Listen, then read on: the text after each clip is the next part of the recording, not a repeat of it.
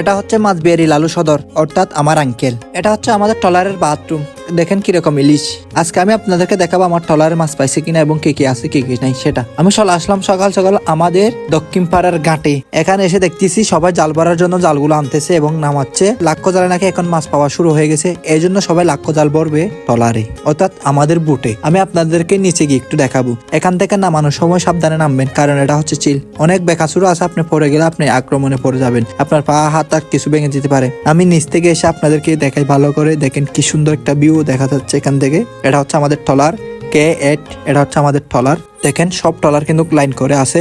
অনেক ট্রলার সাগরে আছে, অনেক ট্রলার ঘাটে আছে। দেখেন কি সুন্দর মাছ পাইছে। আমি যাওয়ার আগে ওরা মাছগুলা হারাঙ্গের মধ্যে নিয়ে নিছে, অর্থাৎ বাড়ির মধ্যে। দেখেন কিরকম, আলহামদুলিল্লাহ যা দিছে তা শুকরিয়া। অনেকে এর চেয়ে বেশি পাইছে, অনেকে এর চেয়ে কম পাইছে। যাই হোক সমস্যা নাই, আল্লাহ যাকে যেরকম দেয় সেটা আল্লাহর ব্যাপার। দেখেন কি সুন্দর মাছ, মাশাআল্লাহ।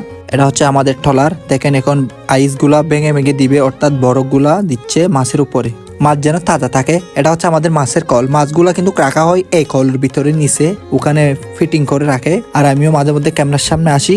আর হচ্ছে যে আমার পেছনে আছে একটা বিনি, ওর নাম বিনি, বাংলায় কথা বলে নাকি বিনি। এটা হচ্ছে আমাদের ট্রলারের স্টারিং, সুয়ান যেটা বলি আর কি। এটা দিয়ে ফিরাই, এদিকে ওদিকে চালাই। আমি আপনাদেরকে দেখাবো আমাদের ট্রলারের বাথরুম। এটা হচ্ছে আমাদের ট্রলারের বাথরুম। এখন দেখাবো চুলা, ওরা কিভাবে রান্না করে। এটা হচ্ছে চুলার ঘর, কেন ওরাই রান্না করে। দেখেন এখানে পানির টাঙ্কি আছে, ওরা পানি এখানে জমায়, দুটা টাঙ্কিতে জমানোর উপরে নিয়ে যায়, তারপরে খাই। এটা হচ্ছে বিনি, যার কথা বলছিলাম, ওর নাম আব্দুল্লাহ, আমরা বাংলায় বলি বিনি। দেখেন অনেক ট্রলার আছে, অনেক সুন্দর লাগতেছে। আপনারা যদি ঢাকা থেকে এসে এখানে যদি একটা পিকনিক করেন, তখন কেমন লাগবে আপনার বিষয়টা। নিজের ট্রলার বলে কথা, আমি একটু হাঁটাহাঁটি করলাম। আমি ট্রলার উঠলাম না, শুধু আপনাদেরকে ভিডিও দেওয়ার জন্য উঠলাম। আমি ট্রলার তেমন উঠি না, কারণ পানি টানি থাকে, অনেক কিছু থাকে, আমার উঠতে মন চায় না। এটা হচ্ছে সূর্য, দেখেন তখন সূর্য উঠতেছে, মাত্র 8টার দিকে গেলাম আমি ট্রলারে। বিষয়টা কিন্তু অনেক একটা ডিফারেন্স হয়েছে, কারণ সকালের সূর্যটা মানুষের খাওয়া প্রয়োজন। ওখানে একটা ভিটামিন থাকে, ভিটামিন ডি, অনেক কিছু থাকে। যাই হোক সমস্যা নেই। অন্য পাশে কিন্তু পানি আসতেছে ফাইক দিয়ে, উনি চিবে চিবে। আমি আপনাদেরকে দেখাই, আমাদের ট্রলার একটা ফাইক আছে, আমি তেমন জানি না। যাই হোক সমস্যা নাই, এটা দিয়ে পানি ইচ্ছে। এটা হচ্ছে আমাদের ট্রলারের ঘর, অর্থাৎ যখন বৃষ্টি হয় তখন এখানে ঢুকে পড়ে, যখন ঘুমাইতে হয় তখন এখানে ঘুমাই। এটা হচ্ছে আমাদের ট্রলারের ঘর, অর্থাৎ বোর্ডের ঘর, কিবিল, আমরা কিবিল বলি আমাদের পাশে। এটা হচ্ছে সোয়ান। এটা এদিকে ওদিকে যখন ঘুরাবে তখন বোট ফিরে যাবে, ওইদিকে এদিকে চলে যাবে। মনে করেন এটা হচ্ছে স্টারিং এর চাক্কা। ট্রলার উঠলে যে এমন একটা ফিল আসে, সেটা আপনি কোনোদিন বুঝবেন না ট্রলারে না আসলে। দেখেন মাছগুলো আস্তে আস্তে রেডি করতেছে, এগুলো নিয়ে যাবে কোথায়, লালু সদগরের কলে, অর্থাৎ পিসারিতে। এখন মাছগুলো নামানো শুরু করে দিল আস্তে আস্তে।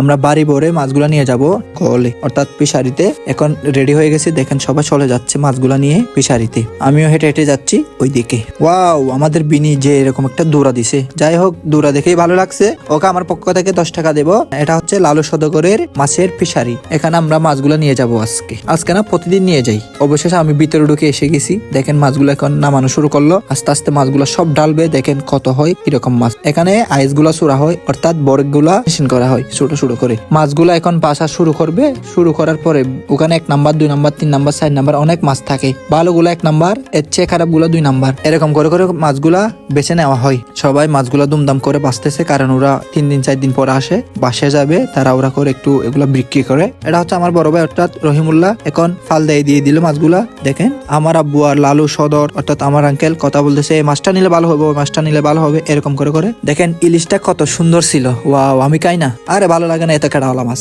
আমি এমনি মাছ খাই না, আর ইলিশে অনেক কাটা থাকে। এটা হচ্ছে সাপ, গুইয়া সাপ, অর্থাৎ খাইলা মাছ। এটা যারা জাল মারে ওরা চিনে, যারা জেলে থাকে ওরা চিনে। এটা হচ্ছে খাইলা মাছ। এটা হচ্ছে বাকি জালের মাছ। ওদের একটা একটা বাকি জাল থাকে নিজের সহ। ওই জালে 2 লাখ টাকা পাইলেও কোম্পানি কোনো টাকা পাবে না। আল্লাহ হাফেজ, ভালো থাকবেন। অবশ্যই ভিডিওটা শেয়ার করবেন, যারা জেলে কাজ করেন তাদের জন্য এটা স্পেশাল একটা ভিডিও হবে। এই মাছের ভিডিওটা কিন্তু অনেক আগের ভিডিও, আজকে আপনাদের মাঝে দিলাম।